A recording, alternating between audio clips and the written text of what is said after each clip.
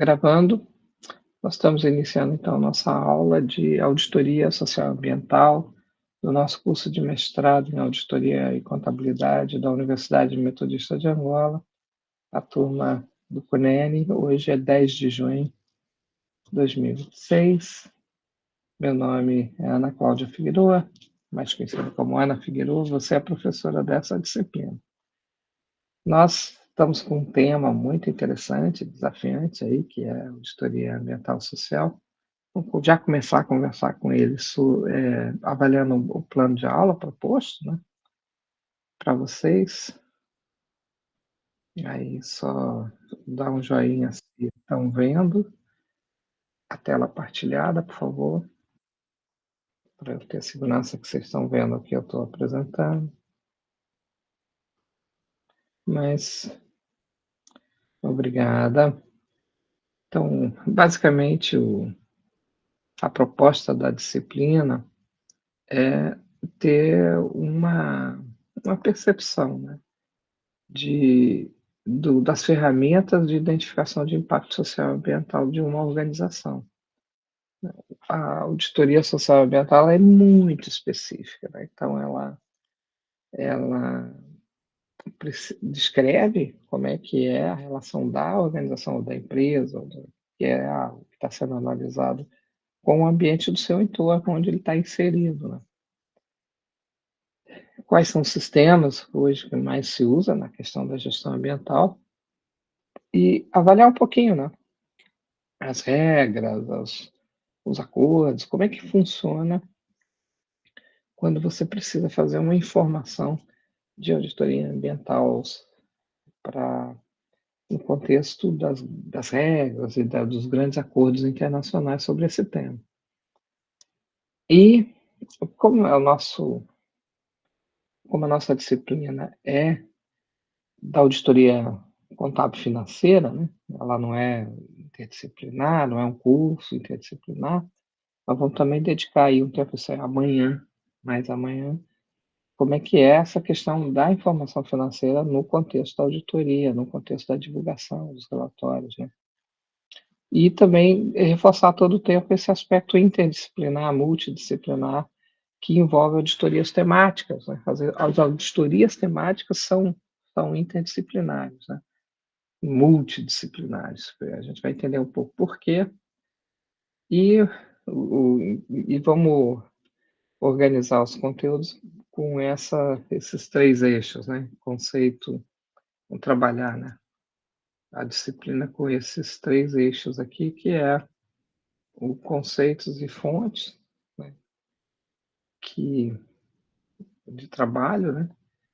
E basicamente vamos trabalhar a social e ambiental como conceitos não necessariamente interdependentes e essa ideia de impacto ambiental que vai dar origem de tudo o que nós conhecemos mais como o aspecto de normas e procedimentos no trabalho de auditoria social e ambiental e os procedimentos, né?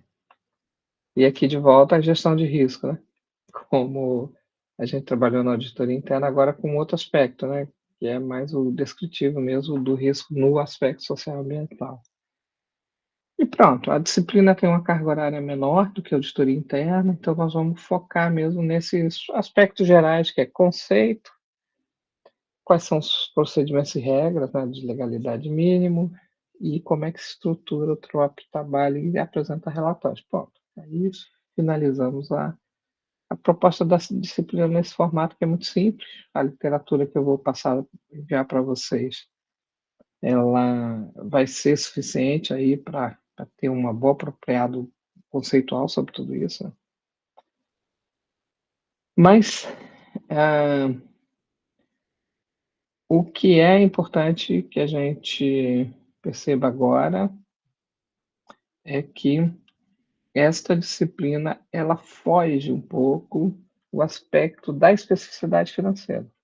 Nós já estamos no universo, assim como a auditoria de informática de TI também, né? Ela é multidisciplinar por natureza, né? A temática. Então vamos tentar entender um pouquinho o que quer dizer isso, né? um trabalho multidisciplinar na auditoria.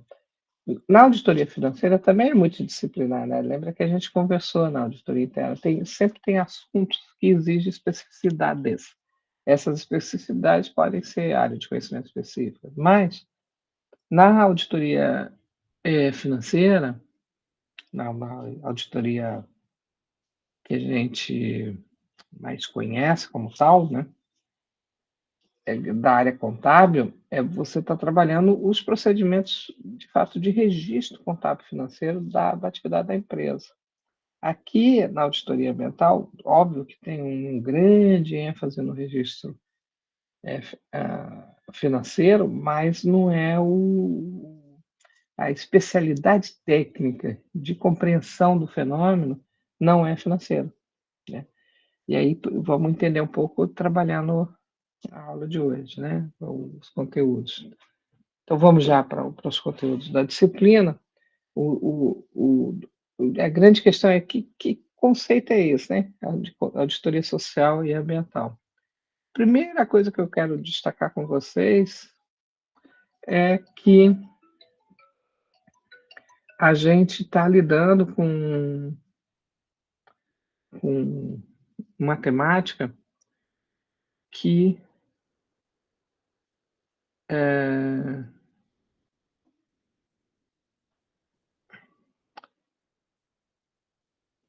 começa com a expressão auditoria social.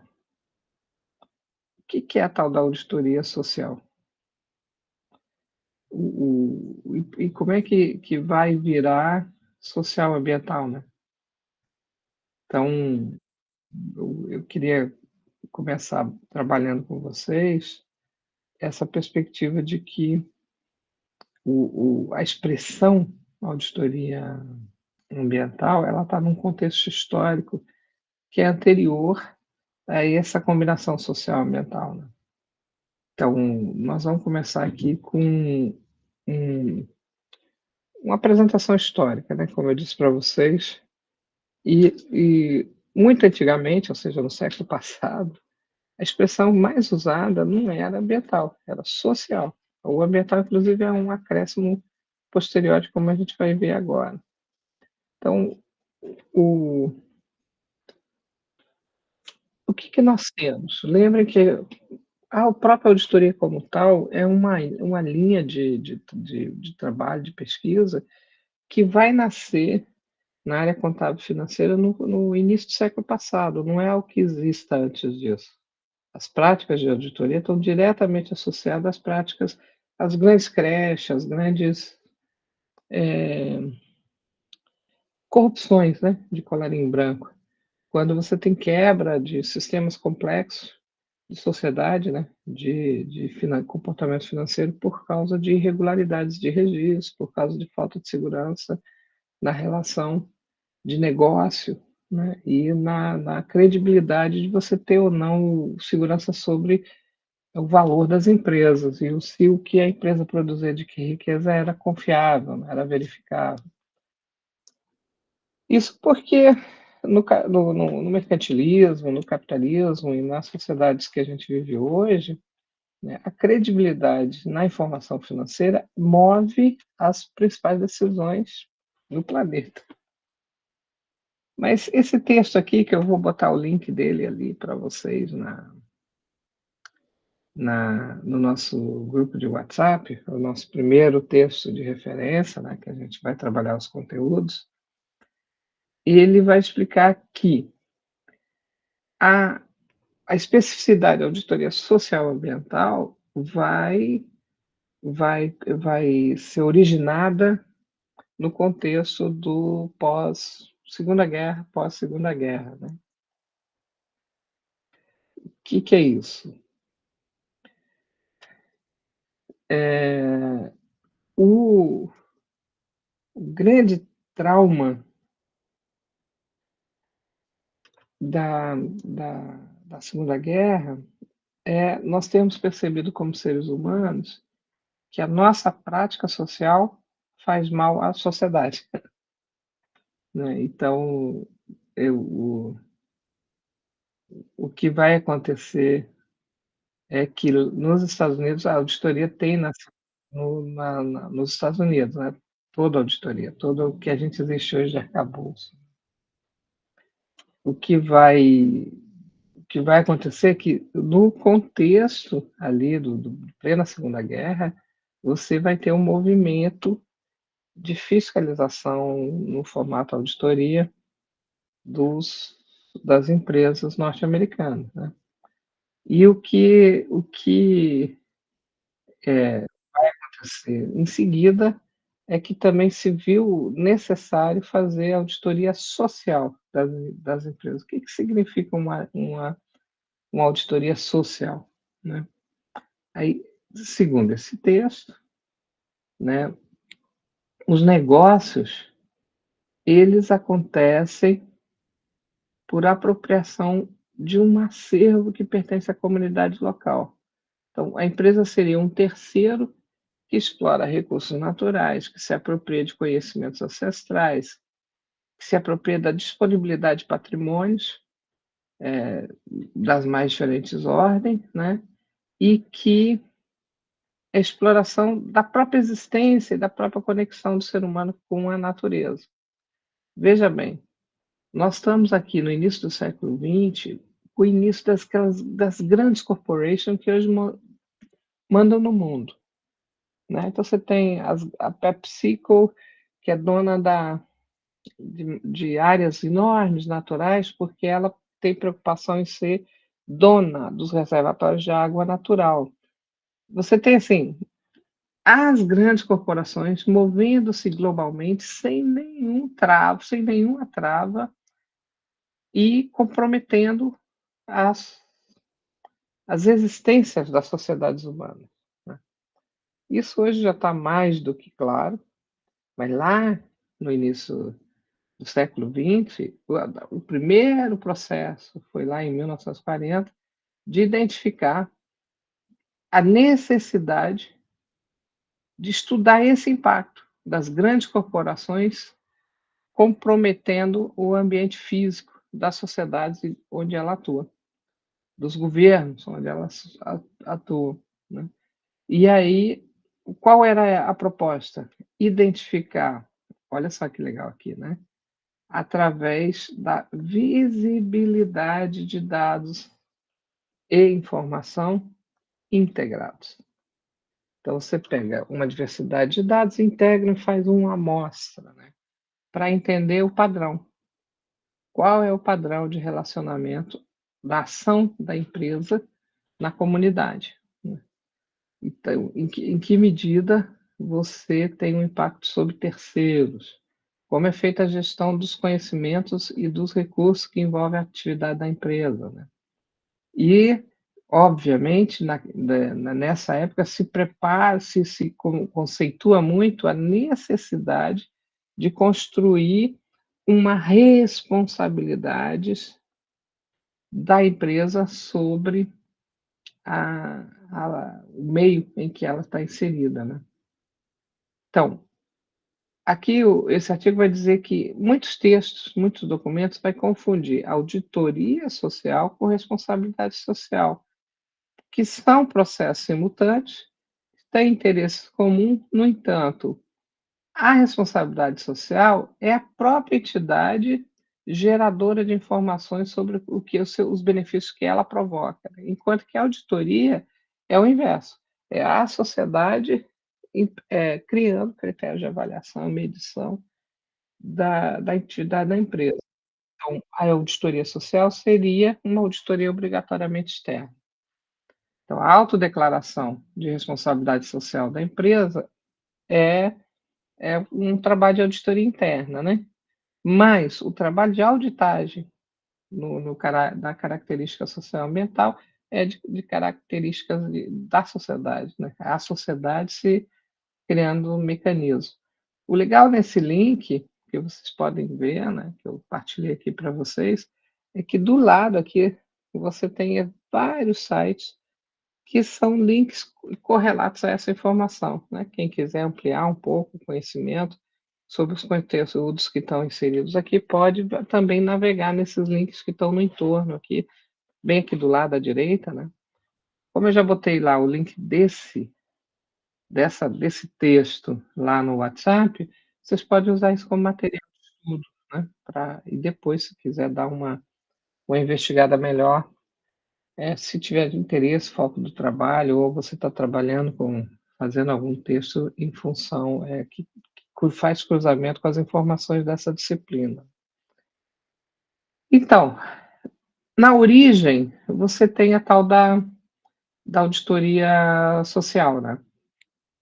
E a auditoria social, ela é um contexto que está associado a um escopo comum de como que a empresa se pensa, né. Então eu vou partilhar com vocês agora um videozinho sobre responsabilidade social. A responsabilidade social, a auditoria social, é a mesma moeda vista de 2 lados. Responsabilidade social, eu vou declarar tudo que eu faço que é legal para a minha presença na sociedade, e auditoria social é o que essa empresa está fazendo e que tipo de danos ela está causando no meio onde ela está inserida. A consistência é a mesma, mas vamos dar uma olhada nesse vídeo que eu acho que vocês vão gostar, porque vai explicar melhor os elementos constitutivos, conceitualmente, desse momento onde o conceito se constitui, né. Então, eu gostei bastante desse videozinho, espero que vocês gostem. Por favor, só confirmem se o áudio dá um joinha, se dá para escutar, tá bom? O que é responsabilidade? Tá dando Consiste para em ouvir? gerenciar a nós mesmos, a fim de conseguir realizar nossas tarefas, cumprir compromissos e promessas. Está relacionada com adotar posturas e atitudes comprometidas com o bem-estar comum e o envolvimento em sociedade de maneira cidadã. Você assume suas responsabilidades diárias? Ações simples que estão no nosso dia a dia faz parte da nossa responsabilidade. Você é responsável pelos seus estudos? Tem compromisso? Horário, limites? Ajuda nas atividades domésticas? Não joga lixo no chão? Organiza o seu quarto? Você já doou algum brinquedo? Você já fez parte de alguma ação voluntária? Você já participou de alguma campanha de ação voluntária? Essas atitudes são atitudes de responsabilidade social que contribuem para a preservação ambiental e compromisso com a vida e com o próximo. Responsabilidade social. O que é? O termo responsabilidade social é bastante amplo e engloba uma diversidade de ações e posturas em relação aos diversos públicos que mantêm contato com a empresa ou a instituição. Responsabilidade social inclui refletir sobre gestão, práticas, processos, projetos. É hora de implementar ações para proteger o meio ambiente, respeitar a legislação trabalhista, promover igualdade social, disseminar exemplos de responsabilidade social. Doações voluntárias, quando empresas estimulam seus funcionários a praticarem caridade de diversos tipos, como a ajuda para crianças órfãos ou carentes, apoio a deficientes e idosos, entre outros. Políticas que beneficiam o meio ambiente, empresas que investem em atividades como reflorestamento, reciclagem, preservação de áreas prejudicadas, entre outros. Gestão trabalhista justa. Empresas que promovem atividades para melhorar as condições de trabalho e o bem-estar dos funcionários, como salários justos, planos de carreiras, apoio às famílias dos colaboradores, entre outros. Sendo assim, a responsabilidade social e a preservação ambiental significa um compromisso com a vida.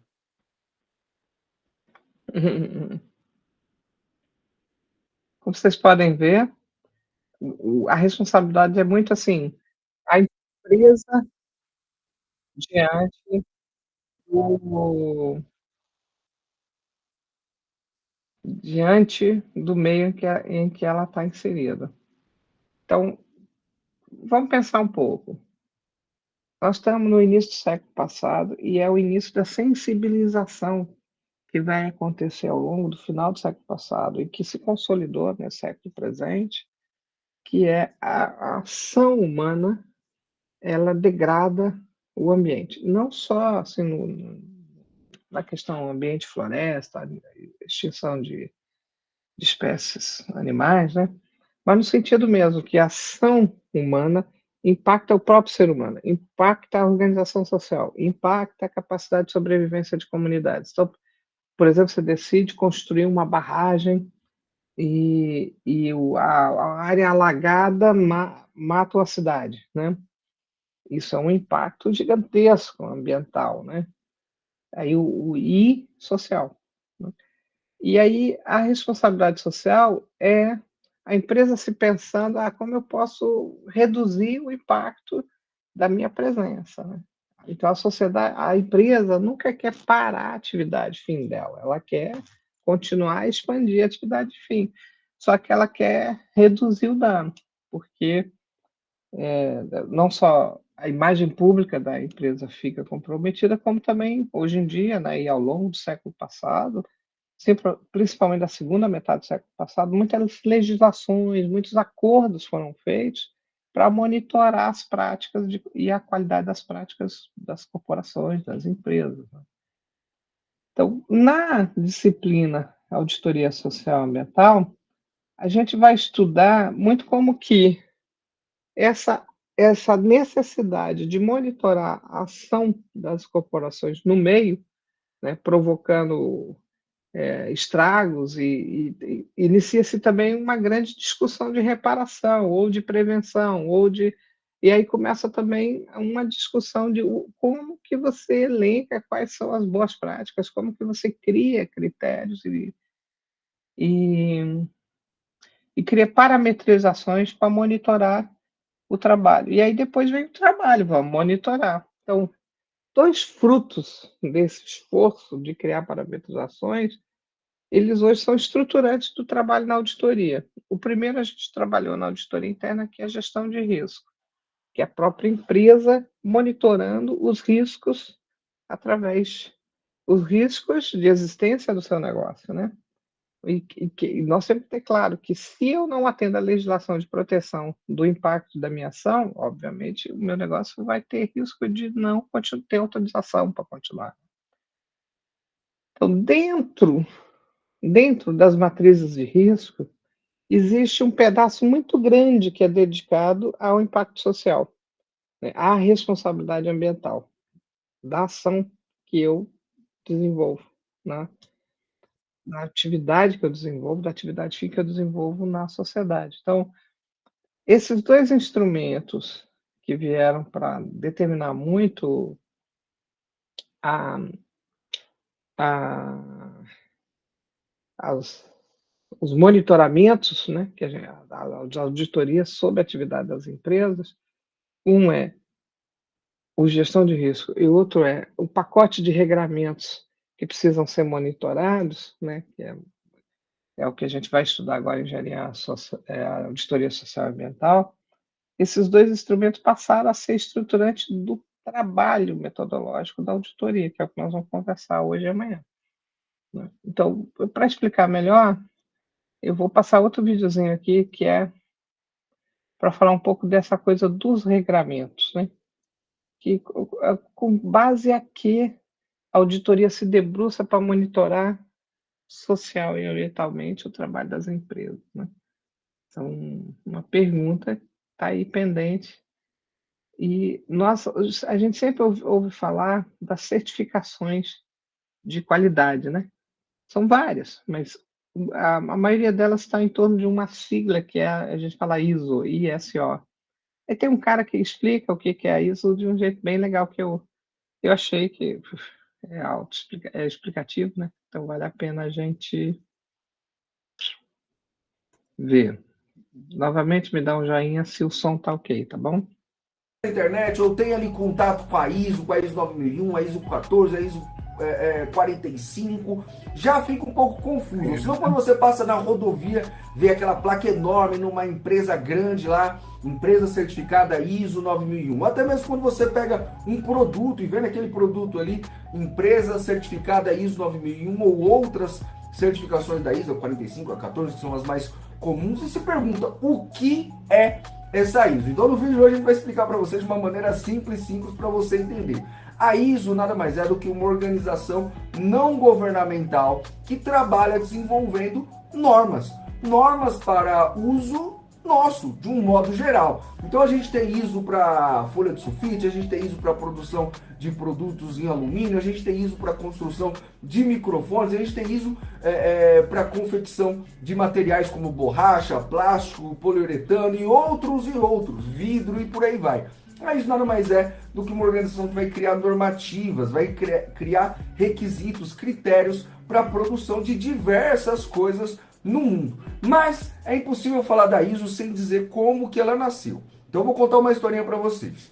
Para você que não sabe, a Segunda Guerra Mundial, o maior conflito que esse mundo já viu, foi algo assustador. E para você que não sabe também, ou até que desconfia, quem é a instituição que mais gosta de padronizar praticamente tudo? Sabe qual que é? É o Exército. Seja o Exército de qual país, lá existe padrão para tudo. Eu posso falar porque eu servi o Exército, fui cabo do Exército, e ó, é padrão de corte de cabelo, é padrão de investimento, é padrão de organização, até mesmo do seu cadarço, é padrão para tudo, tudo, tudo. Você tem um padrão para andar, você tem um padrão para se portar, um padrão para falar, é basicamente tudo controlado. Então você imagina que na Segunda Guerra Mundial, com a mobilização de diversas forças militares do mundo, e a mobilização de materiais, matéria-prima, equipamento, pessoas, logística, era absurda. E o exército, como um bom exército, tinha padrão para basicamente tudo. Tanto é que nós, os países aliados, fomos vencedores mediante essa quantidade de padrão. Mas aí acabou a Segunda Guerra, a gente fez aí os nazistas comerem grama por baixo, comer grama pela raiz, e aí acabou a Segunda Guerra. O que a gente vai fazer com esse monte de normas militares aí que foram tão úteis, né, para o esforço de guerra? Vamos fazer com que as empresas possam ser beneficiadas por essas normas. Então, tiveram a ideia de juntar ali os pensadores da época e criar as primeiras normas a partir das normas militares. E para você que não sabe, muitos dos países que lutaram na Segunda Guerra tinham ali o quê? Como alvo, como foco, a indústria, as fábricas. Então os nazistas e outros países que estiveram em conflito, quando sobrevoavam essas cidades, um dos primeiros focos ali sempre era a indústria, para diminuir o esforço de guerra. Então a gente tem a Segunda Guerra Mundial com os países praticamente todos destruídos. A gente vai fazer o quê? Pô, vamos pegar essas normas e fazer com que a gente fortaleça essas empresas, e aí a gente consegue um exemplo. Eu vou produzir essa caneta, mas eu não consigo produzir ela toda, eu consigo produzir uma parte dela.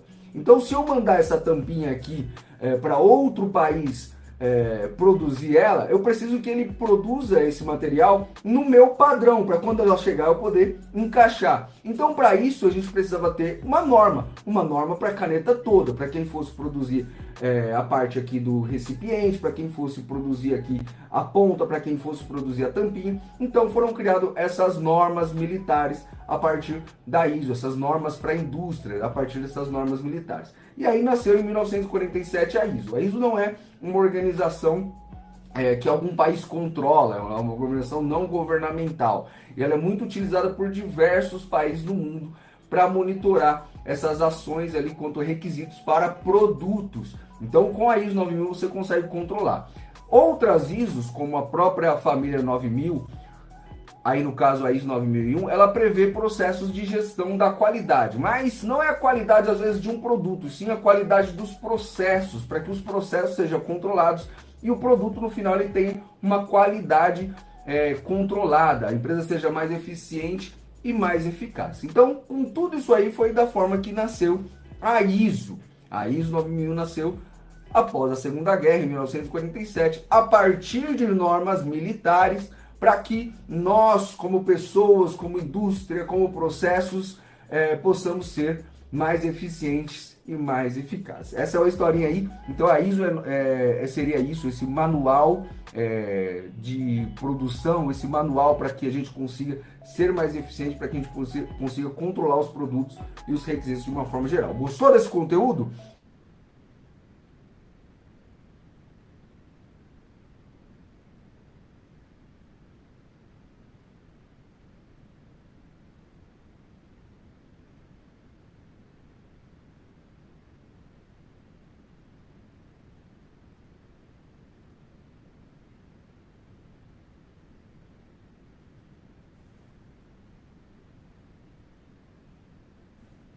Professora, não conseguimos ouvir a professora, o microfone está desligado.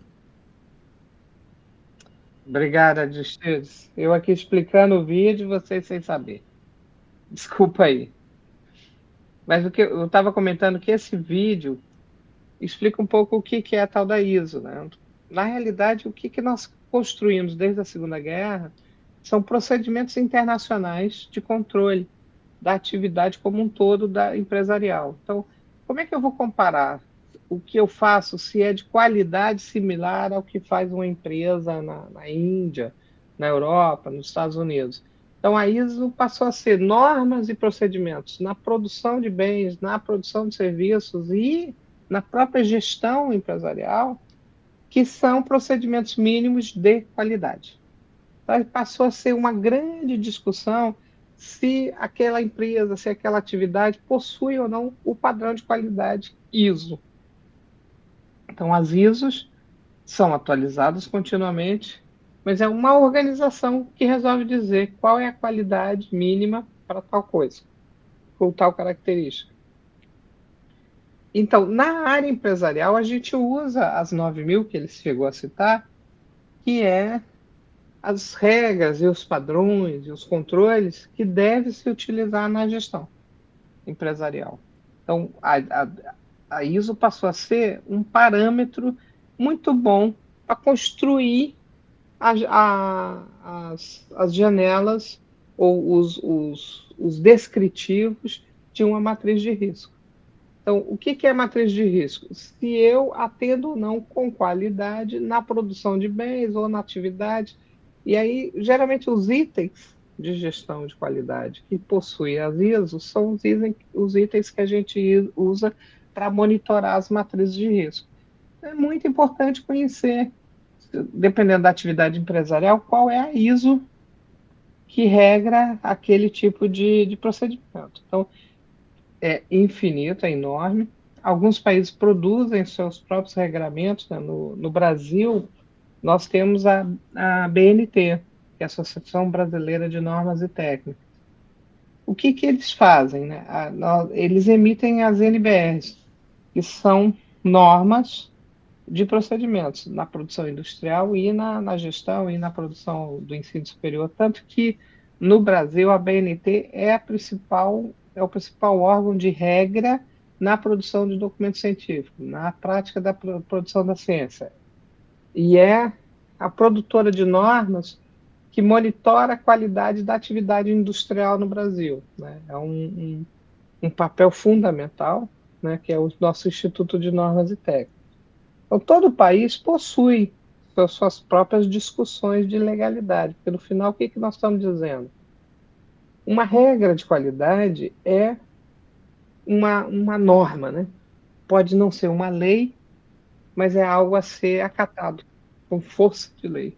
Em alguns países, vira lei, porque, obviamente, você vai dar de comer comida industrial sem qualidade para o seu povo? Um país tem que regrar a qualidade da alimentação que é comercializada no seu país. E nem toda alimentação é tirada lá do chão de terra do produtor, do agricultor rural, né? Hoje, a maioria dos alimentos que a gente consome são alimentos que passam por processos. E esses processos podem comprometer a saúde humana, podem comprometer a saúde física, né? Qualquer coisa, uma roupa que você veste pode comprometer a tua saúde, porque a qualidade da produção é uma grande discussão do tempo moderno. Isso começa ali no pós-guerra, ironicamente, porque o período da Segunda Guerra Mundial foi um período muito, muito intenso de atividade científica, de construção de padrões de qualidade, mas com comportamento ético suspeitoso. Né? Muito se avançou na ciência, mas se avançou sem respeitar o impacto social que a produção desse conhecimento estava produzindo. Todos vocês sabem, não deve ser novidade, que a África sempre foi usada um país para experimentações científicas. Né? Populações africanas inteiras foram utilizadas para experimentação de investigação do ADN, investigação de doenças, como se fosse um laboratório humano vivo, né? Por causa das características de sociedade, características biológicas, isso é fora do padrão de respeito social. Você vê que as práticas de ciência, no final do século XIX e início do século XX, agia com procedimentos irregulares. Então, o que se consensuou desde da segunda metade do século passado é que uma ação, ainda que seja legítima na sua intenção, ela tem que ter proteção da sua intervenção social. O impacto social tem que ser monitorado, tem que ser analisado. E não é meramente a empresa se autodeclarar, olha como eu sou legal, que é a responsabilidade social. Tem que ter uma ação de sociedade que controla a atividade empresarial, que é a auditoria social. Começa como social ambiental e depois, no século XX, só se fala de auditoria ambiental. Mas a auditoria ambiental é porque mudou, inverteu, não sei por quê, né, inverteu alguma coisa aqui conceitualmente, que era social, no sentido que as sociedades humanas não podem ser impactadas, e virou ambiental, porque o ciclo da totalidade de vida que nos garante sustentabilidade como espécie, ele é que tem que ser monitorado como um todo, não só o recorte a impactos das. Então, inverteu, né? O ambiental estava dentro do social e agora o social está dentro do ambiental no século XXI. É um jeito de pensar, desde onde pensa a aproximação, né? É claro que no início do século, no final da segunda metade do século passado, as sociedades humanas eram um grande foco de preocupação da auditoria social, né? Como que as sociedades humanas são impactadas pela atividade. E aí o que se percebeu é que a atividade ambiental é a que mais impacta as sociedades humanas. Então, mineração destrói a comunidade do entorno, inviabiliza muitas vezes a a qualidade de vida, né, dos grupos sociais, porque a mineração tem aquela coisa do extrativismo, agora ela está vivendo isso agora, né? É uma subcondição. Quem está envolvido no extrativismo mais precário é uma subcondição de trabalho, né? E todo mundo querendo correr atrás da riqueza, né? Então é uma cena muito triste, onde tem mineração, porque tem sempre esse trabalho mais pequeno, do pobre, do miserável, correndo atrás de uma pequena riqueza que nunca vai alcançar. Porque a atividade mineradora que dá dinheiro é das indústrias, do elemento mais agressivo, né? E que ambientalmente tem um impacto gigantesco. A mesma coisa para a atividade de recursos hídricos, né? Toda atividade que explora recurso hídrico, seja para a construção de hidrelétrica, seja para a utilização dos recursos hídricos na atividade industrial, ou no sistema produtivo, o esgotamento dos recursos hídricos tem um impacto incrível na natureza e nas pessoas que estão no entorno, né? A grande discussão nesse momento, por exemplo, da expansão, da retirada dos grandes data centers do primeiro mundo, né, dos Estados Unidos, da Europa, e levando ele para os países do primeiro mundo, é que a Europa não quer mais, os Estados Unidos não quer mais os grandes data centers porque esgota a qualidade da água, né? É importante o consumo de água, o consumo energético para um data center funcionar é tão grande que empobreceu as populações do entorno. Então, tem um grande impacto social, ambiental, que não foi medido de forma adequada no processo de expansão desse modelo de indústria, que agora está pegando duro. Aí estão empurrando esse lixo de atividade empresarial para os países pobres, porque tem menos regulação por enquanto, né? Então, vocês vejam qual é o papel da regulação, né? Onde tem regulação, é mais difícil a empresa avançar no seu caráter predatório. Então, a auditoria social e ambiental, ela é importante porque ela monitora o caráter predatório das empresas, né? No sentido mesmo do meio onde ela está inserida e qual é o tipo de impacto que a sua atividade vai causar onde ela está inserida. Então, olha a importância da gente conhecer melhor como é que funciona, né, a atividade ambiental das empresas. Vou partilhar agora para vocês, avançando nessa conversa, né, um texto que eu entendo ser relevante. Vou botar aqui o link do acesso a esse texto também, que é uma empresa, né, no Brasil, que é especializada na auditoria, esse Bureau Veritas, né? Eita, desculpa. Cliquei errado aqui no link do banco. Eu vou mandar para vocês ali no grupo de WhatsApp o link desse texto, né? Para vocês continuarem acompanhando aqui.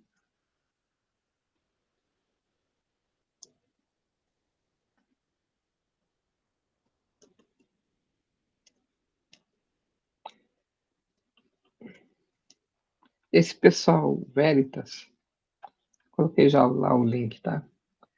Esse pessoal Veritas, o que ele se propõe a fazer? Olha que legal. Qual que é a proposta deles, né? A gente monitora a certificação. Eu emito certificação das práticas. E aqui, veja, estamos falando que tudo é uma questão dos regramentos que são os ISO. Você tem que ter práticas que são monitoradas, mas quem é que diz que as práticas monitoradas estão praticadas de forma correta? Tem que ter as grandes certificações, né?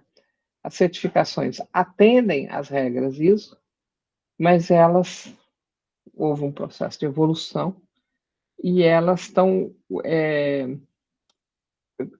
compiladas para um jeito de entender essas regras com essa sigla aqui, ó, ESG. Né? O que significa uma certificação com ESG? Que você tem as suas práticas ambientais, sociais e de governança. Ou seja, veja bem, começa no final do século passado a compreensão que o impacto social era algo relevante a ser monitorado. Aí cria-se as regras e aí começa um processo de ISO, né? Criar a regra para monitorar o padrão de qualidade da atividade empresarial. E aí vem as certificadoras. Quem é que vai dizer, bom, essa está cumprindo, não está cumprindo, está correto, está correto? Esse é um trabalho de auditoria. Mas a auditoria não é necessariamente uma certificadora. Ela só tá, a auditoria vai fazer o seguinte: ó, atende os critérios e possui certificado. Então, o trabalho dessa empresa tem razoável confiabilidade, porque a auditoria não é uma certificadora. A auditoria só diz se o trabalho tem confiabilidade. E no caso da auditoria ambiental, aí é mais complicado, porque a confiabilidade está diretamente associada a você fazer testes objetivos, se a certificação de fato está sendo obedecida, né? Mas essa empresa, a Bureau Veritas, ela se dispõe a ser uma certificadora ESG, quer dizer, das práticas de segurança ambiental, social e de governança da própria empresa, né?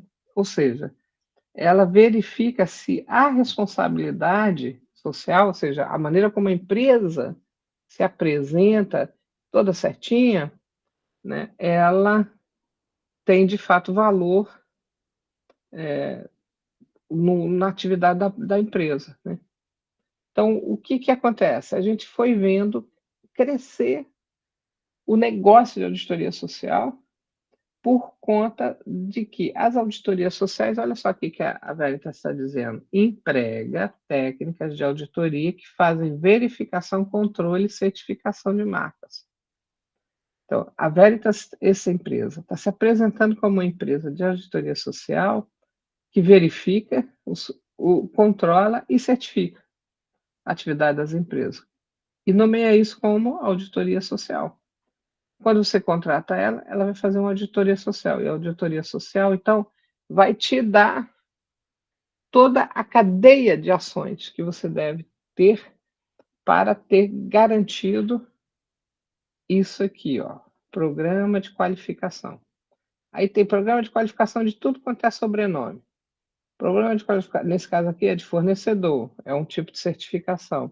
Aí as certificações vão tendo nomenclaturas diferentes, que elas envolvem o impacto ambiental, envolve impacto social e envolve características de governança, transparência, tal, relação com o trabalhador e ambiente interno, saúde interna, uma série de elementos que estão lá descritos na ISO 9000. né, as 9.000 e um monte de outras coisas. Esse exemplo dessa empresa, né, me fez pensar nessa cadeia histórica, né, da auditoria social e reforçar isso com vocês. Veja bem, a fase 1 é perceber que há um impacto social, perceber que esse impacto social precisa ser monitorado desde as duas perspectivas. A empresa tem que saber que faz impacto e tem que desejar minimizar esse impacto, responsabilidade social. A sociedade tem que monitorar, tem que regrar, tem que criar critérios e parâmetros de verificação de qualidade. É quando nasce matriz de risco, gestão de risco, né? E nasce as grandes regras internacionais de verificação de qualidade. E, por fim, o último processo desse ciclo é, uma vez tem os regramentos, tem que ter as empresas que são certificadoras de que o regramento acontece de forma adequada, que faz contenção de risco e que, de fato, faz proteção e minimização do impacto ambiental da atividade das empresas, seja ela qual for. Obviamente, tem empresas que têm um impacto muito maior do que outras, né? Mas as grandes empresas, as grandes riquezas, produzem grandes impactos que precisam ser monitorados. E é por isso que o trabalho de auditoria acabou sendo um trabalho extremamente pertinente, a auditoria social ambiental. Então, isso posto, né, o que nós percebemos? As grandes empresas precisam fazer auditoria, né? E aí as auditorias sociais, elas vão ter aspectos diferenciados no mundo, né? Porque a auditoria social vai passar a ser certificação, se tem ou não certificação de responsabilidade social, se essa certificação é reconhecida no mundo como segura. Não, essa certificação me atende. Então, basicamente, o que as empresas fazem? Pegam os regulamentos e criam um protocolo de certificação. Atendeu ou não atendeu? Atendeu ou não atendeu? E essa empresa faz isso, né? Vira um nicho de negócio, é um aspecto do trabalho de auditoria social, mas não é o que nós fazemos na auditoria financeira, né? Que é, nesse contexto, a verificação de informações financeiras credíveis do impacto ambiental, social e de governança que as empresas possuem. Já vamos chegar lá. Então, por enquanto, estamos aqui apresentando os conteúdos principais que fazem parte aqui da parte conceitual, né? Aquilo que é no nosso plano de ensino, fontes e conceitos, né? O que é, na realidade, auditoria social, o que é, na realidade, auditoria ambiental. Então, reforçando que nós já passamos aqui de conteúdos, a auditoria começa no final do século, no final da primeira metade do século XX, década de 40, né, mas vai se consolidar ao longo da segunda metade do século XX como auditoria social, e com dois braços. O braço mais conhecido no final do século passado era a responsabilidade social, o esforço que as empresas faziam para mostrar a sua face atenuante dos grandes impactos, principalmente impactos sociais na vida das comunidades. E o processo evolutivo da auditoria social vai conceitualmente evoluir para uma ideia de que o ambiente afetado pela empresa é complexo, né? Então, a auditoria ambiental passa a ser o X da questão, porque o impacto social das comunidades humanas compõe o grande ambiente, a complexidade do ambiente. É claro que quem fez isso conceitualmente foram as grandes discussões promovidas pela ONU de impacto da atividade humana no ambiente. E aí, o ambiente aqui sempre concebido de uma forma mais complexa. O ambiente é toda essa existência planetária que constitui vida humana e outras vidas, formas de vida, e como que a vida humana, a ação humana, desequilibra isso e cria impactos violentos de subsistência, sobrevivência da própria espécie humana, né? Então, isso tudo passou a ser estudo, que é o que hoje a gente conceitua em torno dessa questão ambiental, né? Obrigado. Então, o que nós temos aqui? nós temos aqui uma evolução de uma área de conhecimento que virou uma prática profissional de monitoramento, né, de monitoramento de qualidade. O trabalho de auditoria é um monitoramento de qualidade da atividade empresarial.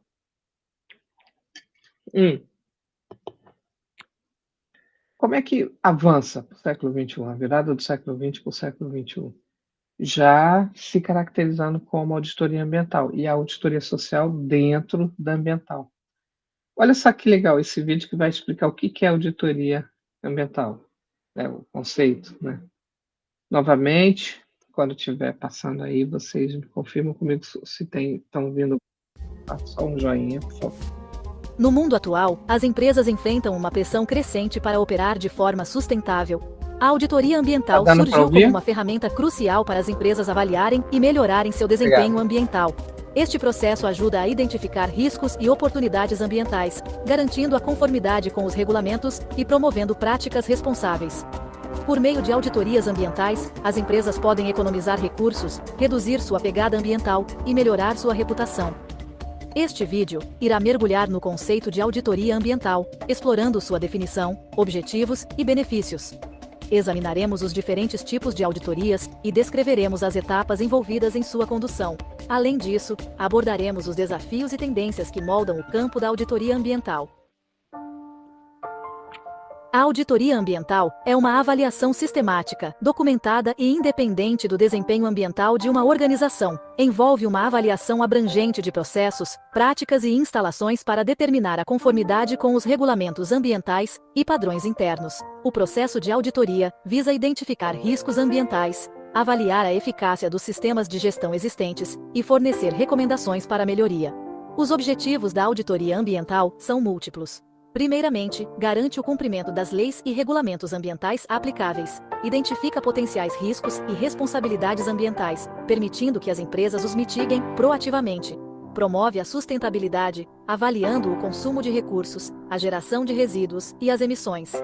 Aprimora a gestão de recursos, identificando oportunidades de otimização e economia de custos.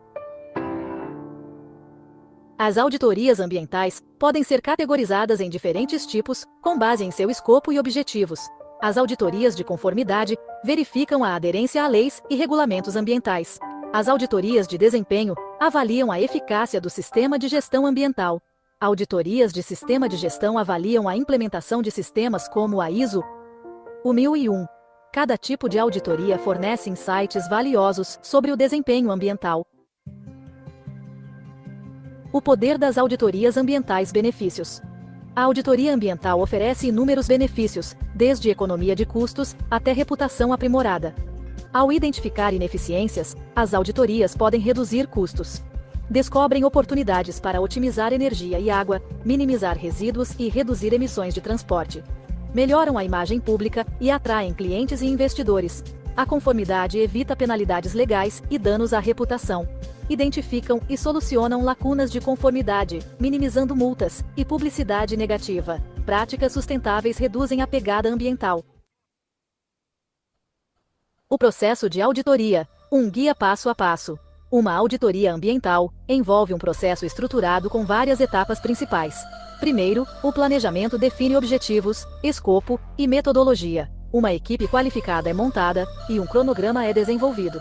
A coleta de dados envolve revisão de documentos, inspeções e entrevistas. Os dados são analisados para avaliar o desempenho ambiental. As conclusões são documentadas em um relatório com recomendações. O relatório é compartilhado com a administração para a implementação. A etapa final é o acompanhamento da implementação e eficácia. Desafios e tendências em auditoria ambiental. A auditoria ambiental enfrenta desafios como a necessidade de dados precisos e confiáveis, resistência à mudança dentro das organizações, e garantir que os dados estejam completos e disponíveis. Implementar recomendações pode exigir investimentos em novas tecnologias. O campo está em constante evolução, impulsionado por tecnologias emergentes e regulamentações. O uso de drones e inteligência artificial está transformando a coleta de dados. Há uma ênfase crescente na sustentabilidade corporativa, com auditorias avaliando o desempenho ambiental, social e de governança. Investidores, clientes e comunidades exigem maior transparência e responsabilidade. Conclusão: abraçando um futuro sustentável. A auditoria ambiental é indispensável para organizações que se esforçam para operar de forma sustentável e responsável. Elas ajudam a reduzir a pegada ambiental, melhorar a reputação e contribuir para um futuro sustentável. A importância da sustentabilidade continua a crescer, e a auditoria ambiental será cada vez mais crítica. Incentivamos todas as organizações a adotarem a auditoria ambiental. Trabalhemos juntos para um futuro mais limpo e sustentável. Obrigado por assistir a este vídeo.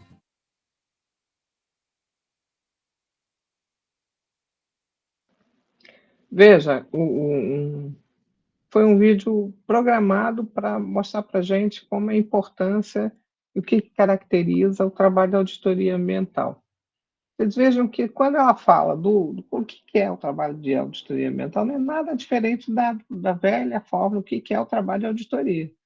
É uma fase de planejamento onde você determina o território que você vai trabalhar, a parte de execução da auditoria, que são as testagens, são as verificações e os relatórios.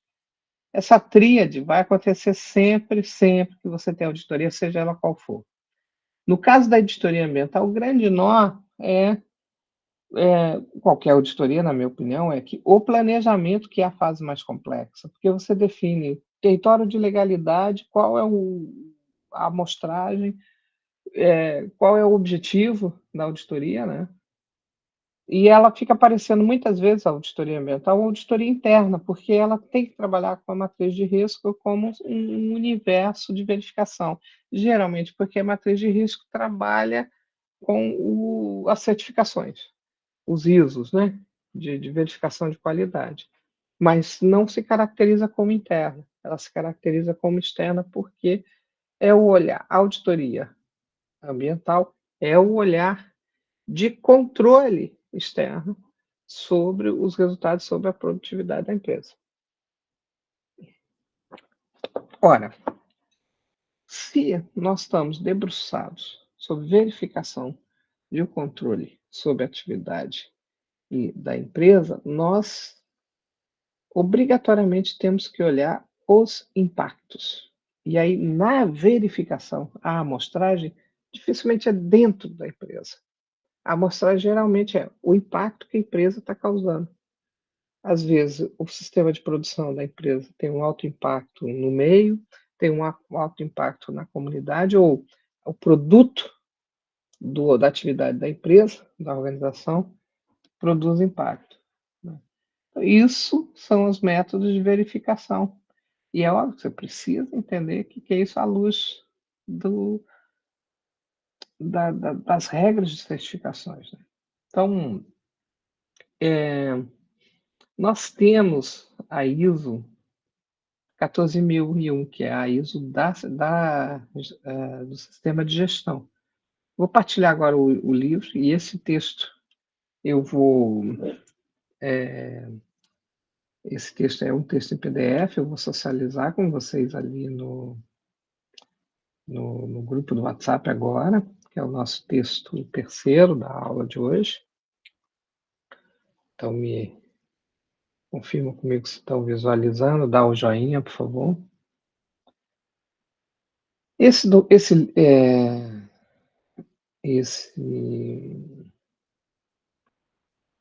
documento, né, ele é de uma empresa, né?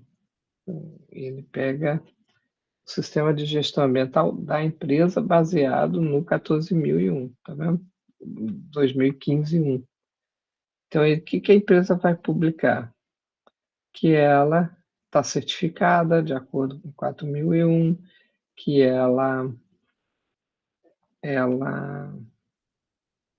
tem um sistema de gestão ambiental. Vê que o videozinho estava convidando, né? Que ela tem como estratégia preservar e mitigar impacto, né? Que ela tem uma estratégia de mitigação potencial. Então, quando a empresa produz um documento como esse, para dizer, olha, eu estou certificado no 14001 porque eu uso tal e tal procedimento, olha só como eu sou. Isso aqui vocês conhecem, que agora eu sei que usa muito, né? Esse monitoramento aqui de matriz de risco, né? que é os pontos fortes e os pontos fracos, né? Que você interna e externamente. Isso aqui é muito usado em Angola. Eu já vi várias empresas apresentando relatórios com mitigação de risco assim. Lembra que minha proposta na gestão de risco não é esse modelo. Esse modelo, na minha opinião, não é suficiente, né? Mas ele é muito usado por conta da 14001, né? Que ela organiza os elementos de matriz de risco nesse formato. Não importa, né? A matriz de risco, na minha opinião, é só uma parametrização que ela pode ou não, de fato, ser eficaz em ajudar a atividade fim, né? Que é monitorar, de fato, o impacto. Na questão ambiental, o impacto é que é importante, né? Então, essa técnica do slot, o SWOT que o pessoal usa, que é o fraco, forte, interno, externo, né? Ela te ajuda a ter uma parametrização para enxergar como é que está a situação da tua atividade com o empresarial. Isso serve muito mais para atividade interna. Então, esse documento é só um exemplo de como que a empresa usa a certificação 14001 na sua autodeclaração, né? Esse texto está lá, vou botar lá no grupo do WhatsApp. Quem quiser olhar com mais cuidado, né? Agora, a norma mesmo, agora eu vou colocar para vocês aqui, a norma mesmo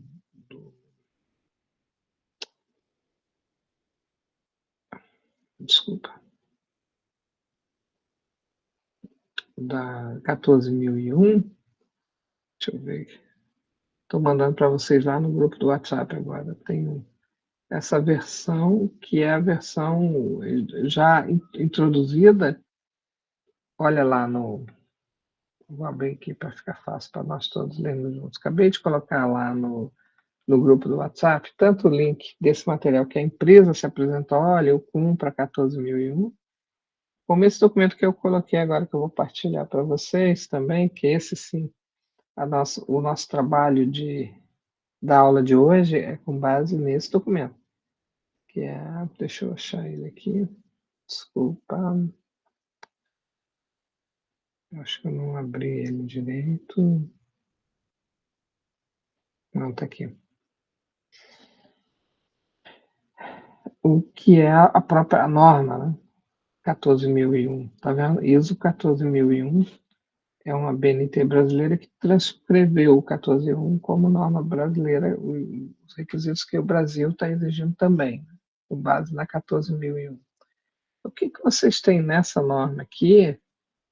Pode observar, vamos dar uma olhada no índice, né? Que a 14001, ela, tirando essa fase aqui, que é a fase de conceitos, né? O que é o que, né? Quais os conceitos. Aí ela vai começar a trabalhar desculpa, aqui na treta, tem algo errado aqui. Não.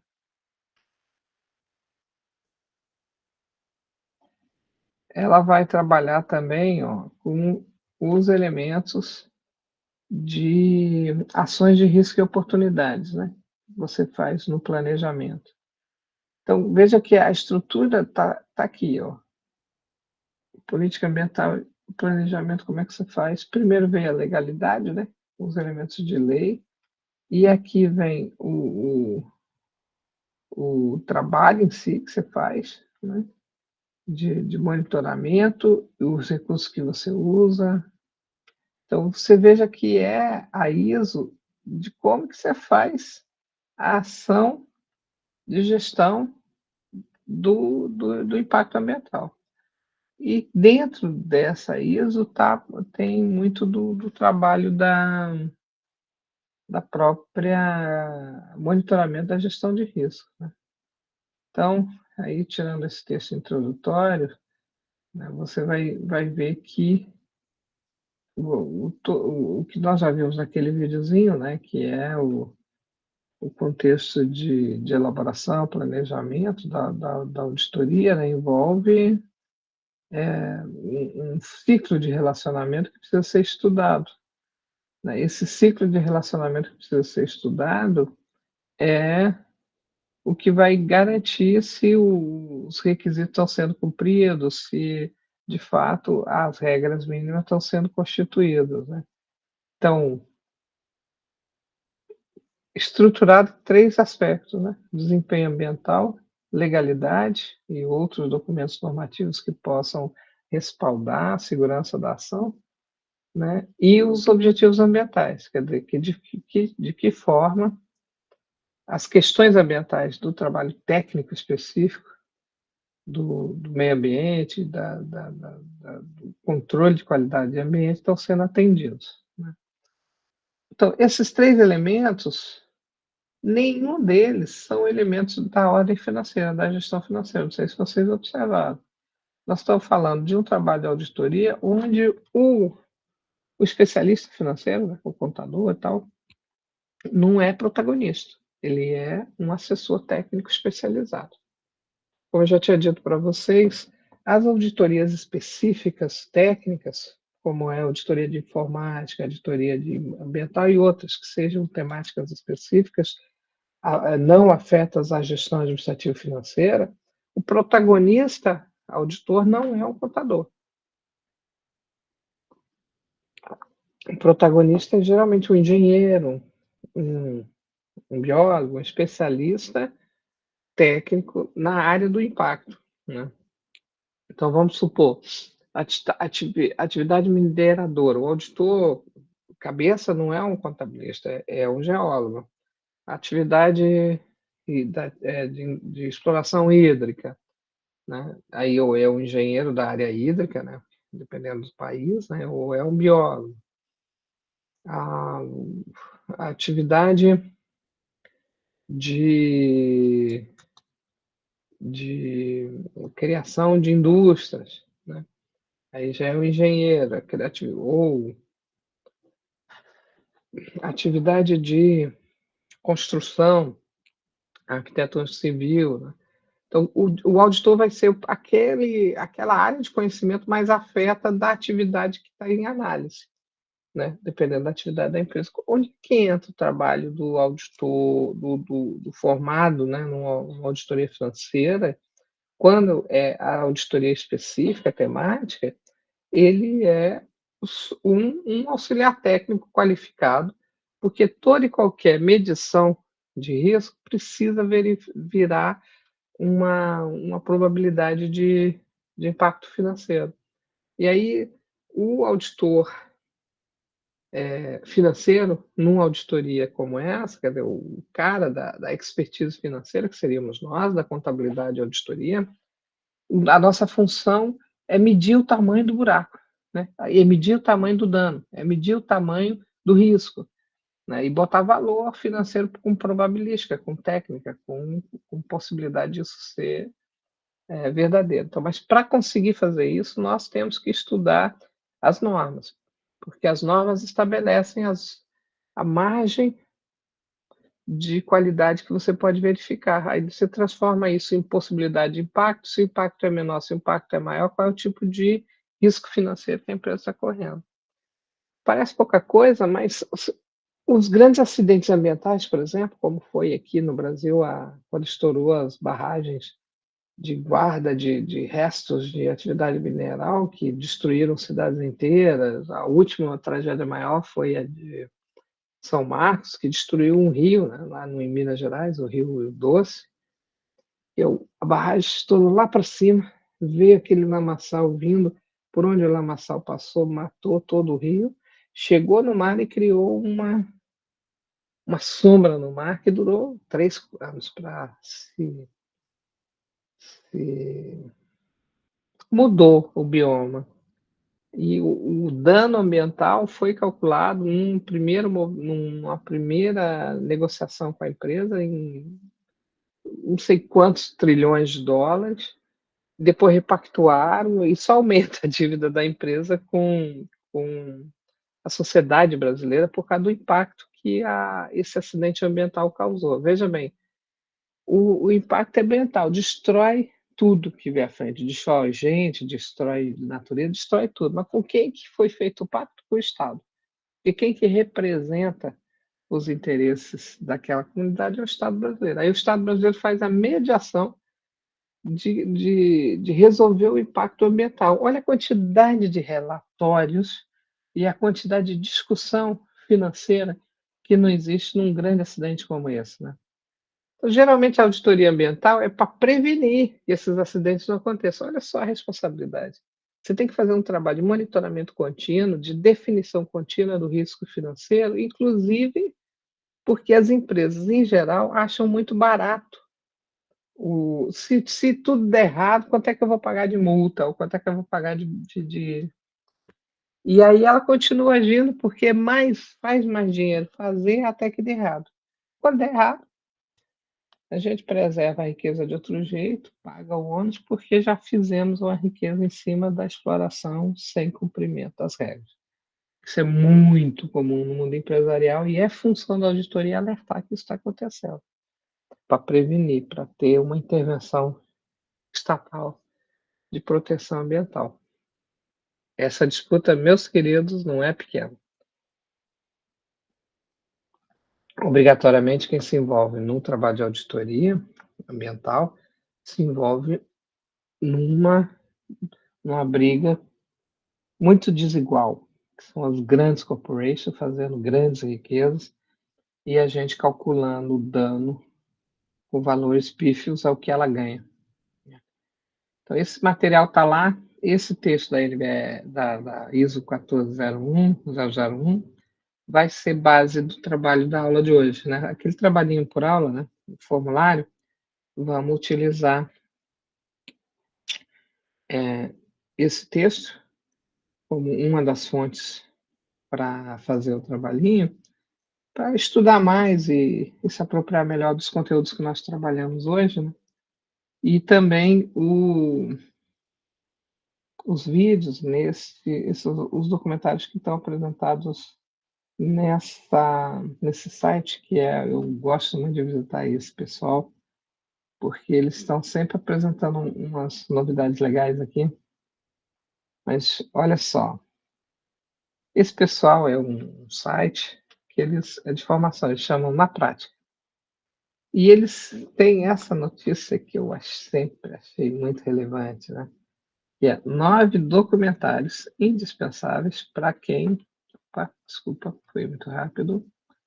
Para quem quer trabalhar com impacto social. Então, assim, se você vai trabalhar na área de auditoria ambiental, social ambiental, a primeira coisa que você tem que saber é que você vai ser um perito assistente. Você não vai ser o auditor principal, porque para ser auditor principal tem que ter certificação. Mas por quê? Porque nós da área financeira a gente tem que entender o impacto e tentar fazer as medições de acordo com as regras, com a legislação, com o que é possível, de como calcular financeiramente o impacto desse tipo de coisa. Então, o que eles sugeriram nesse link, nessa notícia, são vídeos. Tá? O primeiro vídeo é esse aqui, Real Valor. E o que é legal? Eles sugerem e já tem o link do YouTube para assistir. Se quiser, assiste aqui mesmo na página. Né? Então, você tem 1 vídeo, 2 vídeos, 3 vídeos. E alguns deles já colocou o link, mas se você for lá, né, você vai ver 4,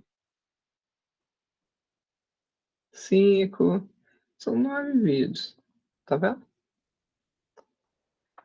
que eu estou propondo para vocês como tarefa, né? Assistam os vídeos e tentem verificar, né, uma relação da regra 14.001 com os conteúdos que estão em cada um desses vídeos. São 9 vídeos, tá vendo? Claro, você não vai assistir os 9, mas aqui eu vou lá no meu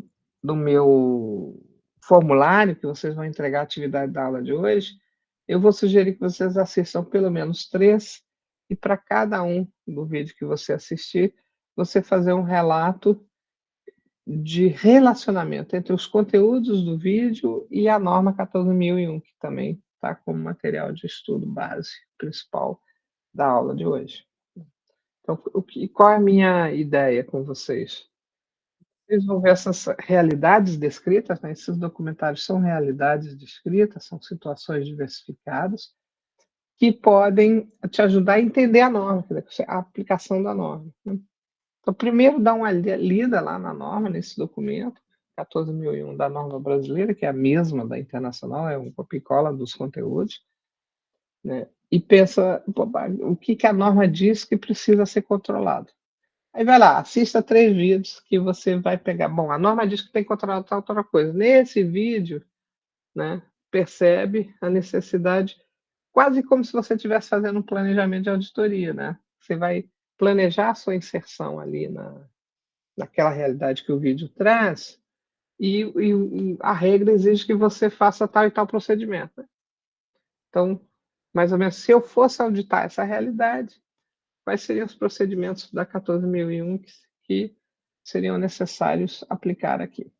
Algo assim, só para brincar de aplicação de regra de uso numa realidade concreta que necessita monitoramento de auditoria ambiental, né?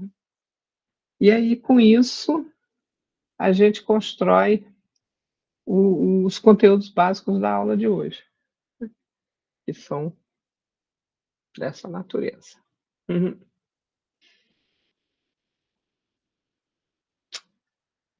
Acho que com esses conteúdos e com a tarefa que vocês vão fazer, que vai dar um trabalhinho para vocês, né? Vai ler o texto, vai ver vídeo, vai responder o formulário, os conteúdos principais da aula de hoje ficam cumpridos, né? Lá trabalhando basicamente conceitos, né? E já estamos entrando no como fazer, né? As metodologias. Aí amanhã a gente estuda alguns exemplos de auditoria ambiental já realizadas, né, em algumas áreas, e faz um pouco a discussão mais financeira mesmo, né, como é que é o cálculo de impacto financeiro numa auditoria ambiental, né? Ele sempre existe, ele é super relevante e é fundamental que saiba se fazer de forma correta. Mas você só conseguirá fazer de forma correta se você for participar de uma equipe como auditor financeiro, né, como assistente financeiro numa auditoria ambiental. A maneira correta de fazer o cálculo está diretamente associada se você entende qual é o espírito da ISO e como que a ISO é aplicada naquele contexto específico que você vai auditar, né? Que tipo de aspectos são fundamentais de verificar, né? Auditoria, peraí que eu tenho. Vou passar o link aqui desse coisa que a gente viu agora também, para não ficar em descoberta ali além do texto, né?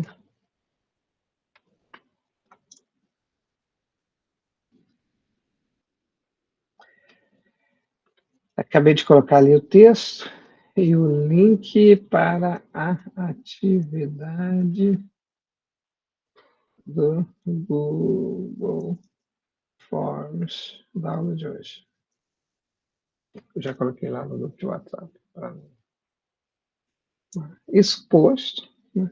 Eu entendo que agora a gente caminha para o encerramento da aula de hoje, né? Lembrando a vocês que a gente vai, então, aprofundar melhor o papel da auditoria ambiental, mais ou menos como é que faz ver mesmo, e também verificar alguns exemplos, e pensar um pouco na questão financeira, porque nós, na auditoria e contabilidade, fazemos abordagem financeira no trabalho de auditoria, né? Tanto do aspecto de controle, quanto do aspecto de gestão de risco, quanto no aspecto de cálculo do impacto do risco ambiental, no caso da auditoria ambiental. Acho que é isso por hoje. Não sei se alguém quer fazer algum comentário, alguma pergunta, senão nos vemos amanhã. Mesmo bate-horário. Beleza? Fiquem bem. A gente se encontra então amanhã para a próxima aula.